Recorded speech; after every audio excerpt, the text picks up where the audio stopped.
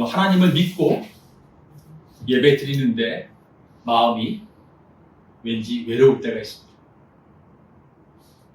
공동체에서 신앙생활을 하고 잘 지내는데 왠지 그 사람들과 깊은 얘기를 못할 때가 있습니다. 마음은 무거워질 때가 있습니다. 어쩌면 우리는 이런 고백들이 낯설게 느껴지지 않을 수 있습니다. 우리는 믿음이 있습니다. 예배의 자리에 서 있습니다. 공동체 안에서도 각자의 일들을 감당합니다. 그런데 그 가운데 있으면서 할 말을 하지 못한 채 소가리를 할 때가 있습니다. 믿음이 있는데 의심이 싹틉니다. 공동체 가운데 있는데 고립된 마음을 느낍니다. 예배하는 자리에 나갔는데 왠지 허무할 때가 있습니다. 오늘 성경 말씀은 제자들의 마지막 모습을 이렇게 말합니다. 부활하신 예수님을 배웠지만 경배하면서도 의심했습니다. 경배했습니다. 그러나 마음은 한 가지가 아니었습니다. 그렇다면 이 내용의 질문을 품은 채 예수님께서 그 자리에서 가장 먼저 하신 말씀이 무엇일까 한번 같이 살펴보려고 합니다. 그리고 예수님을 따르는 삶은 내가 준비되었기 때문에 시작하는 삶이 아닙니다. 예수님이 우리를 부르셨기 때문에 시작하는 삶입니다. 18절을 볼까요? 예수께서 나와 말씀하여 이르시되 하늘과 땅의 모든 권세를 내게 주셨으니 라고 말씀합니다. 권세는 힘이나 능력이 아니라 정당하게 명령하고 행동하도록 하는 권위를 말합니다. 예수님은 부활 이후에 하늘과 땅의 모든 권위를 받으신 분입니다. 17절을 볼까요? 예수를 배웠고 경배하나 아직도 의심하는 사람들이 있더라. 이렇게 말씀합니다. 여러분, 경배를 하고 있습니다. 예배를 드리고 있는데 그 마음 가운데 의심을 하고 있다고 합니다. 여기서 참 의심이라는 단어가 어떤 단어일까? 의심은 믿음이 없다는 단어가 아닙니다. 미사입니다. 상황 앞에 마음이 흔들리고 주저앉아 있는 상태를 말합니다. 여러분, 제자들이 예수님 앞에 섰습니다. 부활 앞에 제자들은 이 엄청난 사건 앞에 혼란스러웠습니다. 자신들이 실패하고 도망갔기 때문에 마음이 무거웠을 것입니다. 그럼 어떤 생각이 들까요? 예수님이 오셨는데 이런 생각 들겠죠. 나는 과연 이 자리에 서 있을 자격이 있는가? 근데 예수님이 제자들에게 찾아와서 자격을 묻지 않았습니다. 도리어 예수님의 권위로 다시 부르십니다. 여러분, 제자가 된다는 것은 자격과 그리고 준비로 시작되지 않습니다. 예수님의 제자가 된다는 것은 주님의 권위 아래에서 시작된다는 것을 말하고 있습니다. 여러분, 우리가 사는 시대가 자격을 요구하는 시대입니다. 학생은 성적 때문에 그 자격을 따려고 얼마나 노력을 합니다. 청년들은 자격증을 따려고 노심초사합니다. 장년들은 실적을 올리려고 노심초사합니다. 한마디로 스펙 사회입니다. 그런데 문제가 있습니다. 이런 생각이 신앙에도 여전히 우리에게 나타난다는 사실. 이렇게 되겠죠. 나는 하나님을 믿노라 하지만 정말 자격이 있는 걸까? 내가 이 정도인데 과연 하나님을 믿는 게 맞는 걸까? 이게 묻곤 합니다. 그런데 오늘 복음은 말씀합니다. 자격은 위로부터 온다. 예수님께서 선언하십니다. 모든 권세를 가진 내가 너를 부른다. 여러분, 제자의 출발은 결단이 아닙니다. 부르심에 수용하는 것입니다. 제자라고 하는 삶은 자격에 있는 것이 아니라 예수님의 권위에 대한 선언에 대한 응답을 의미합니다. 19절을 보면 중간쯤에 아버지와 아들과 성령의 이름으로 세례를 베풀고라고 말씀합니다. 여러분, 세례하면 어떻게 생각하냐면 단순한 세례를 주는 의식을 생각해요. 그런데 그때 당시엔 그 의미가 아닙니다. 이것도 있지만 더 중요한 건 세례를 받는다는 건 이제 너는 새로운 공동체에 소속된 거야. 너는 새로운 사람이야 라고 말하는 거죠. 지금도 무슬림에서 크리스찬이 되면 그 사람이 세례를 받았다면 어떤 의미가 있냐면 무슬림에 있던 모든 관계를 끊고 새로운 사람이 된다는 것을 의미하는 거죠. 그래서 사실은 무슬림에서 예수를 믿게 되면 믿는 것 때문에 소외가 돼. 그래, 너는 우리 쪽이 아니야. 그래서 그 사람은 주변의 친척 상황에서 완전히 고립되고 살아갑니다. 그게 어떤 의미가 있냐면 세례는 새로운 정체성과 관계를 맺어간다라는 것을 말합니다. 여러분, 예수님의 권위 아래 산다는 것은 어떤 걸까요? 아, 예수님 말씀하시니까 순종하고 살아야 돼. 다른 것보다는 더 중요한 것은 이제 너는 새로운 사람으로 새로운 정체성을 갖고 살아가는 사람이다 라고 말하는 것입니다. 제자의 첫걸음은 나는 누구로 살아가고 있는가를 기억하는 것입니다. 예수님의 권위 아래서 새로운 관계로 존재로 나는 살아가기로 응답하는 사람입니다 라고 말하는 것입니다. 여러분, 예수님을 따르는 삶의 태도는 제자도 이렇게 말합니다. 그러면 제자도라고 하는 거, 예수님에 따르는 삶을 살아가는데 무엇을 아는 태도가 중요한 것이 아니라 누구와 어떻게 살아가느냐가 더 중요한 것입니다. 19절과 20절 보실까요? 그러므로 너희는 가서 모든 민족을 제자로 삼아 아버지와 아들과 성령의 이름으로 세례를 베풀고 내가 가서 분부한 모든 것을 가르쳐 지키게 하라. 이렇게 말씀합니다. 19절과 20절에 가장 중요한 단어가 뭔지 아십니까? 제자로 삼으라는 단어. 이 문장에서 이것만이 명령어. 그런데 이 명령어를 소개하는 세 가지의 모습이 있습니다. 이게 뭐냐면 가서 세례를 베풀고 그리고 가르쳐 지키게 하라. 결국 이 제자를 삼으라는 명령을 구체적으로 실행하는 모습이 이 세 가지로 나타나는 겁니다. 그러면 여러분, 가르쳐 지키게 한다는 표현이 어떤 표현일까요? 아하, 저 사람에게 내가 많은 정보를 줘야 되겠다. 근데 그것은 아닙니다. 가르쳐 지키게 하라는 이 말은 정보가 아니라 삶으로 순종하게 하는 것을 말합니다. 여러분, 유대 문화에서 랍비에게 제자가 배움을 배웁니다. 그러면 조그만 학급에서 말로 교육받는 게 아니에요. 제자는 랍비와 함께 먹고 함께 자고 함께 걸어다니는 일상을 삽니다. 거기에 더 중요한 것은 랍비가 가르치는 삶을 배우며 결국 순종하는 것까지 나가게 해요. 그러면 이 당시에 생각해 보십시오.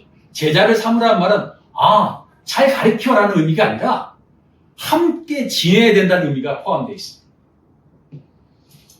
그런데 문제가 있습니다.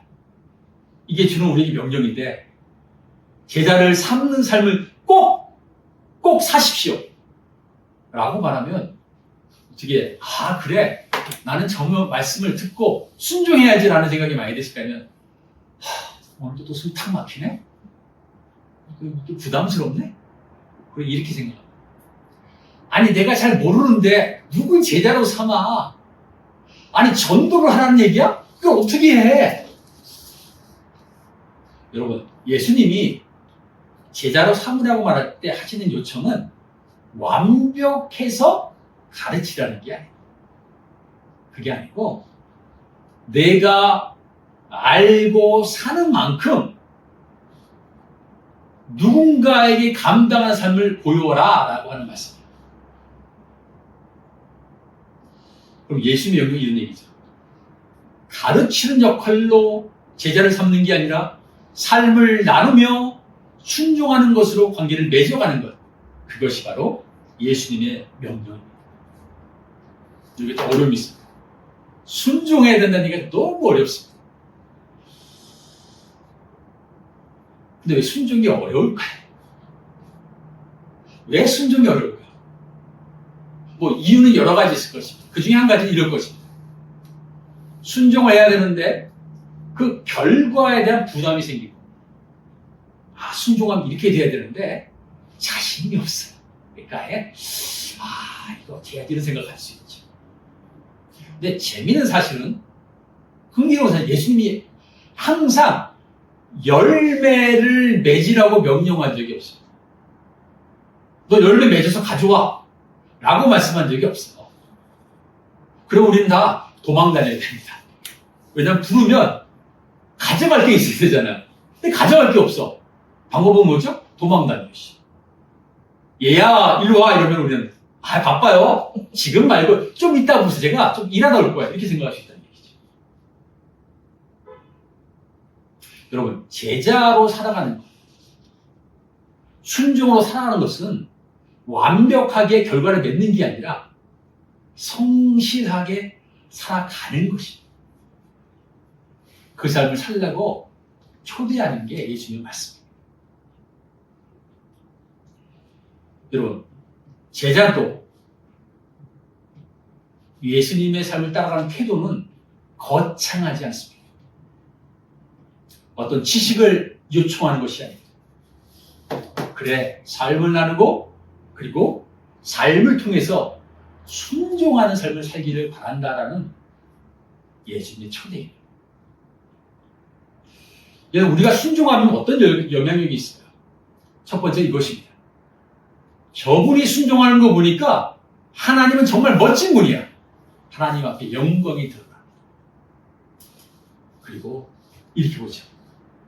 이 세상에서 우리는 누구를 따르는 사람인가라는 것을 보여주는 표지가 됩니다.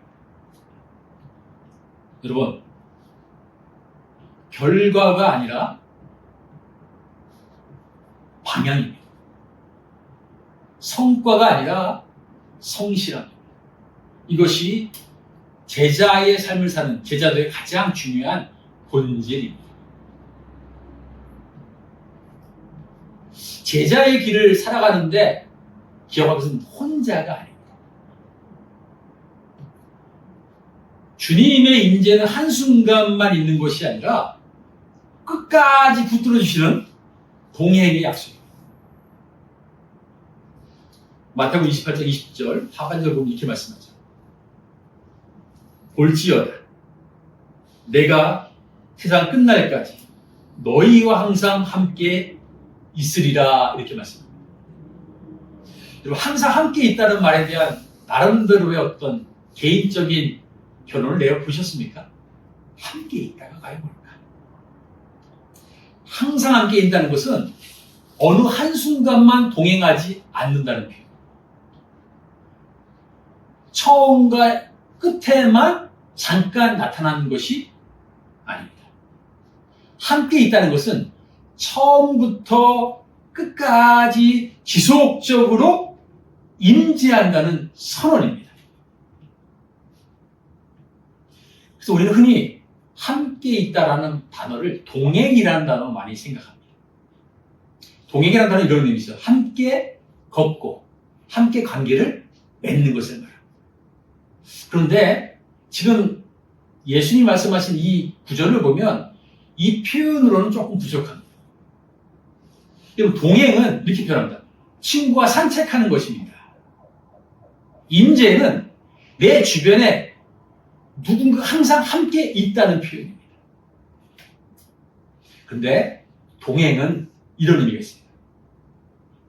같이 하다가 무슨 일이 생기면 잠깐 자리를 비울 수 있습니다. 그런데 임재는 어두운 골짜기를 갈지언정 항상 나와 함께 있다는 것을, 함께 머무는 것을 말합니다.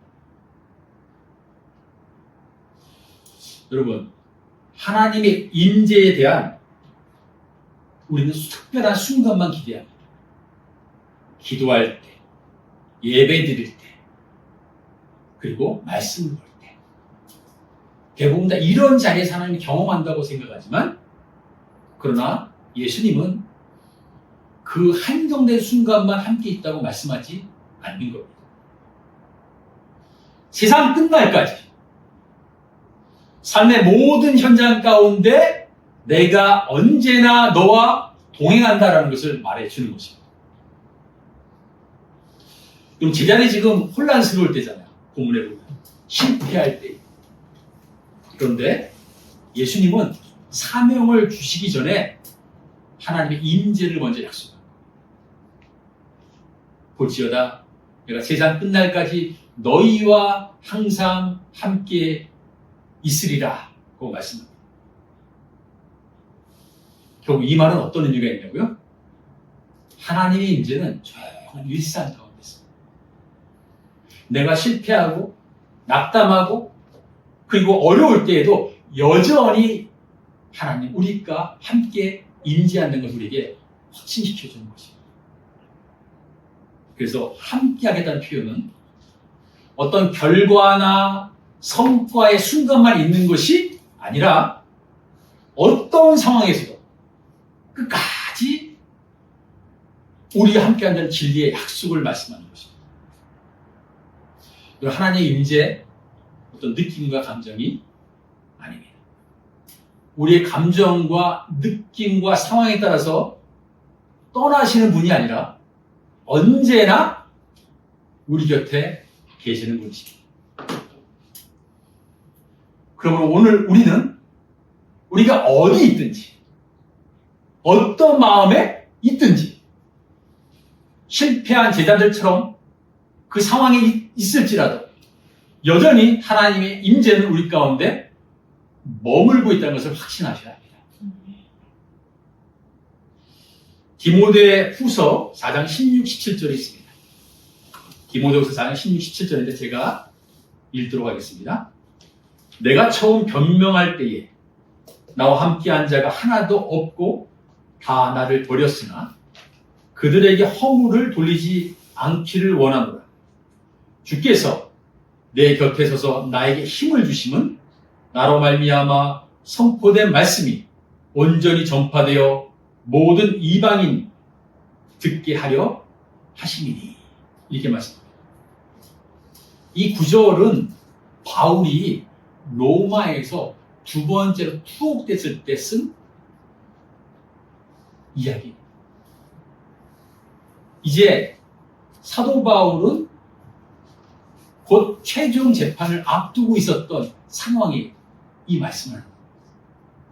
이때가 네로 황제가 박해를 본격적으로 시작할 그때입니다. 여러분, 네로의 핍박은 유명합니다. 요 순간 이전까지는 사도 바울의 동역자들이 곁에 있었습니다. 그런데 지금 최종 판단을 앞두고 한 재판장에는 아무도 없었다는 사실. 왜냐하면 사도 바울의 재판에 있다가 체포된다면 그도 죽을 것이기 때문에. 여러분, 네로 황제 때에 대화재가 일어났습니다. 민심이 흉흉했습니다. 네로 황제는 이 일을 가지고 고민하다가 황제를 숭배하지 않는 소수의 기독교인들에게 이 일을 덮어버려요.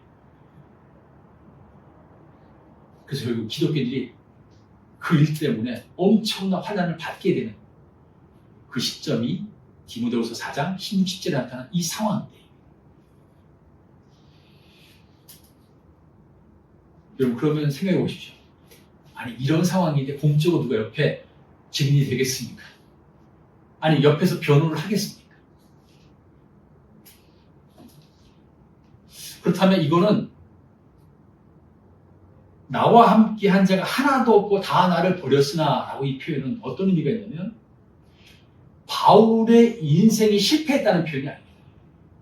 지금은 내 옆에 누군가 있기에 불가능하다는 것을 말해주는 것입니다. 아무도 없습니다. 다 어떠한 상황 때문에 다 자기를 떠났습니다. 그러나 그때 하나님께서 곁에 계셨습니다. 이렇게 말씀합니다. 주께서 내 곁에 서서 나에게 힘을 주셨다. 이게 사도 바울의 고백이죠.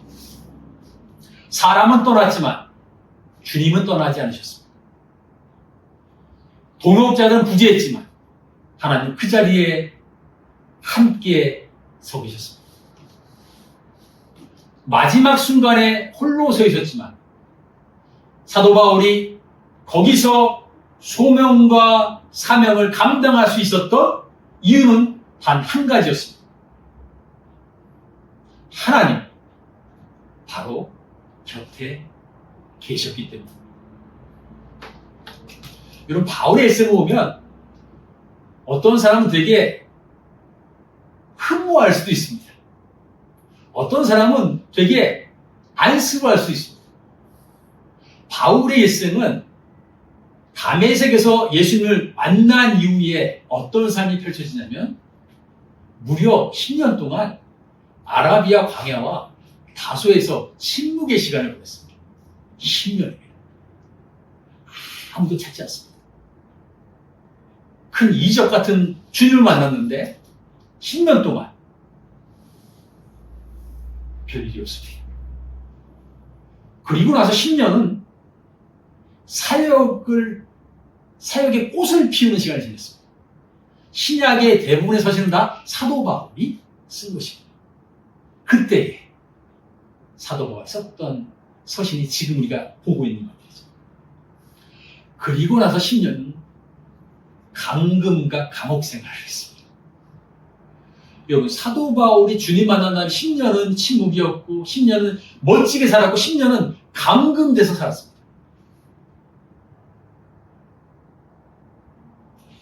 사도 바울 어떻게 생각했을까요? 침묵의 시간에 하나님 계셨을까요? 화려한 사역에 꽃피는 시간에 하나님 계셨을까요? 감옥에서 감금되고 투옥된 상황에서 하나님의 임재를 경험했을까요? 중요한 것은 사도 바울이 오늘 고백한 것처럼 내가 하나님 믿고 살았는데 한 번도 하나님은 나에게서 끊긴 적이 없습니다. 사도 바울이 회심한 이후에 하나님은 늘 그 곁에 서 계신 것이었습니다. 여러분 이 말씀이 바울의 간증으로 끝나는 것일까요? 이 얘기가 바울만의 얘기일까요? 아닙니다.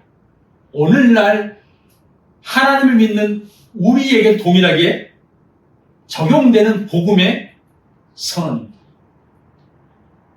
여러분 가운데 침묵의 상황 가운데 있을 수 있습니다.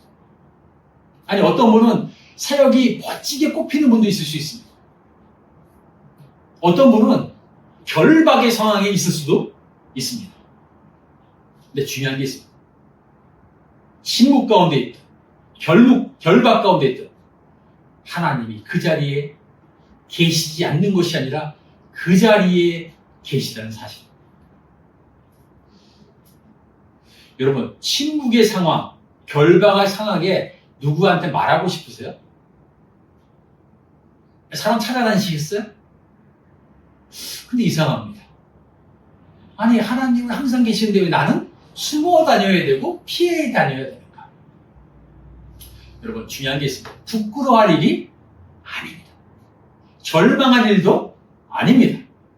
대사도도 10년은 가만히, 그러니까 이런 얘기죠. 주님 만난 다음에 쓸모없이 10년이 지난 것 같은 느낌이 들 수 있습니다.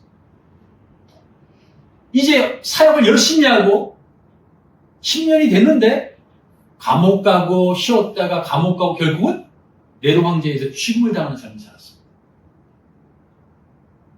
그런 시간이 우리에게 온다고 해도 우리는 알아야 합니다. 하나님이 결코 떠나지 않으셨다는 사실입니다. 그래서 이렇게 말씀하죠. 세상 끝날까지 너희와 항상 함께 있으리라.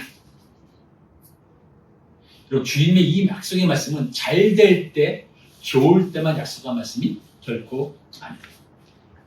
이 자리에 모든 상황이 동일하게 허용되는 약속인 것입니다. 그리고 하나님의 임재가 누가 방문하듯이 잠깐 왔다가 때 되면 돌아가고 또 오고 그런 것이 아닙니다. 하나님의 약속은, 임재 약속은 한순간도 떠나지 않았다는 것을 보여주는 것입니다. 결국 하나님의 임재는 우리 삶의 모든 순간에 지속적으로 일어나는 우리의 힘이 된다는 사실입니다. 우리는 여기서 한 가지 질문이 있습니다. 혹시 우리가 서 있는 자리에서 하나님의 임재를 오해하고 계시진 않으십니까?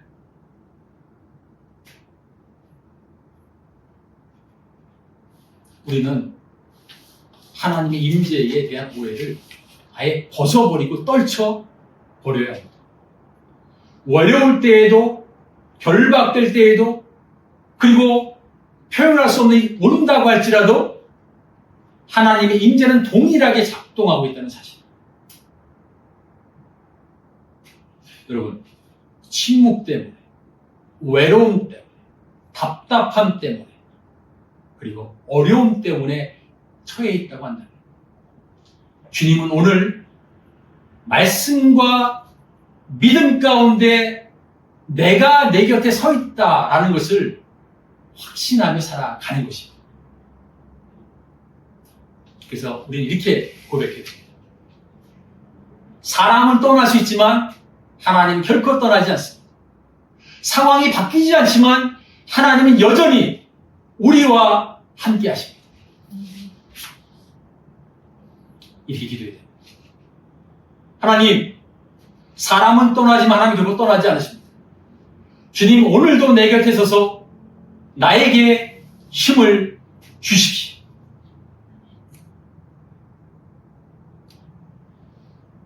예수님이 이렇게 말씀하셨습니다. 볼지어다, 내가 세상 끝날까지 너희와 항상 함께 있으리라. 여러분, 이 말씀을 자꾸만 우리가 어떤 착각을 하냐면 내일 그리고 그 이후에 있을 거로 생각하는데 이건 그 말씀이 아니고요. 지금 우리가 사는 이날, 이 시간을 주님이 함께 떠받치고 있다는 것을 말씀하는 이 내용입니다. 결국 이런 얘기죠. 현재 이 순간을 말하는 선언인 것입니다. 우리는 가끔 하나님의 임재를 음성으로 들리려고 하는 경향이 있습니다. 때로는 종종 느낌으로 가지려고 할 때가 있습니다. 여러분, 내비게이션 잘 아시죠? 차를 타면 모두가 다 쓰는 내비게이션. 내비게이션은 길을 가고 있을 때, 길을 벗어나지 않고 잘 가고 있을 때는 아무런 소리를 하지 않습니다. 차는 달립니다. 그 길 이어갑니다. 안내음성은 들리지 않죠? 그런데 내가 방향을 잘못하거나 잘못 길을 들으면 조용하게 말을 합니다. 다시 경로를 안내합니다. 여러분, 내비게이션 침묵한다고 내비게이션이 옆에 없는 것이 아닙니다. 내비게이션은 여전히 내 차에 그 테이블 위에 있었습니다. 여러분, 침묵이 부재되면, 아니, 침묵은 문제가 아니라 잠시 표현되지 않는 순간일 뿐입니다. 신앙도 그렇습니다. 우리가 아무런 느낌이 없는 날 있습니다.